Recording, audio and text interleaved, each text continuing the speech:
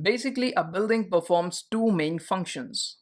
It provides favorable conditions and facilities, and it remains strong and stable on the soil. Talking about the first function, providing favorable conditions and facilities, I want to draw your attention to the fact that there are different types of buildings. Each building acts as a place to perform different activities. For example, the activities performed in a residential building include sleeping, cooking, bathing, washing, spending time with family, and more.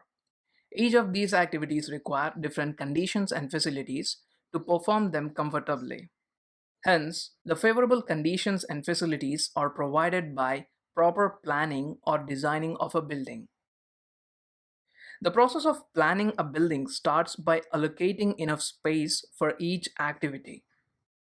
The space allocated for an activity may be enclosed by walls and is called a room. You need to position the room within a building in such a way that it has a favorable aspect. When a room will have a favorable aspect, it receives the right amount of natural light and air. The windows, doors, sunshades, orientation of a building, and landscape should also be designed to control the amount of natural heat, light, and air entering the building.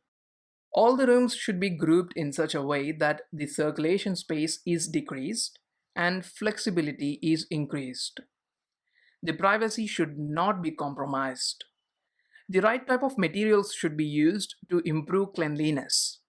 Designing and implementation of various facilities like plumbing systems, electrical supplies, firefighting systems, security systems, elevators, escalators, air conditioning, and more go hand in hand with construction.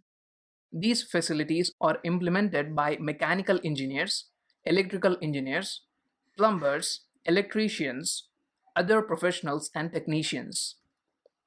As a civil engineer or as an architect, you should also have a good idea about these services because it will help you to suggest the client, to work together with other professionals easily, and to manage the project.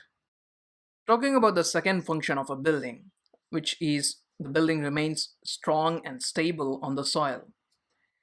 A building or a structure imposes an enormous amount of load onto the soil beneath the ground surface. This load contains the self-weight of the building, known as dead load, weight of temporary objects and human beings, known as live load, wind load, snow load, and earthquake load. All these loads are transferred to the soil through various structural elements like roof, walls, beams, columns, lintels, and foundation. There are two types of load transmission system: framed structural system, load bearing structural system.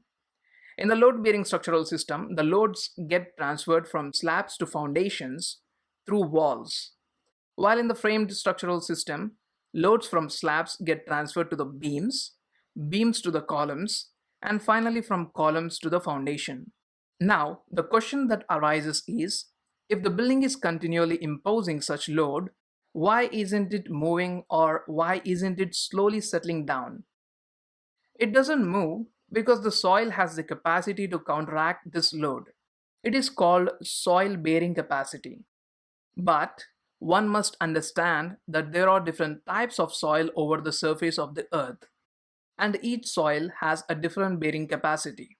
Hence, the structure needs to be designed by you in such a way that the load imposed by the building doesn't go beyond the bearing capacity of the soil.